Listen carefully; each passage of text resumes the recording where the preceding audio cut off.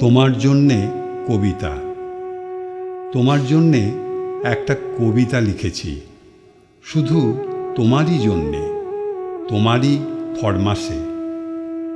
অতিরিক্ত আধুনিকতা তোমার ভারী অপছন্দ, তাই কবিতার গায়ে থাকতে হবে পুরনো দিনের ঐতিহ্য আর ফেলে আসা জমিদারির গন্ধ।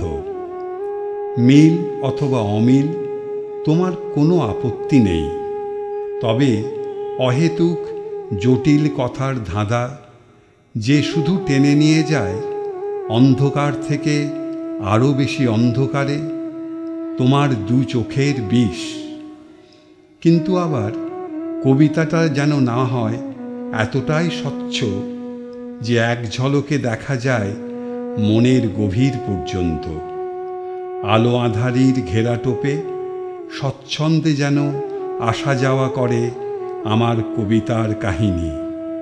শব্দগুলো হবে সহজ সরল, থাকবে না কোনো কট্টর দার্শনিকের জীবন উপলব্ধি। একটার সঙ্গে অন্যটা লেপ্টে থাকবে শরতের কাশ ফুলের মতো।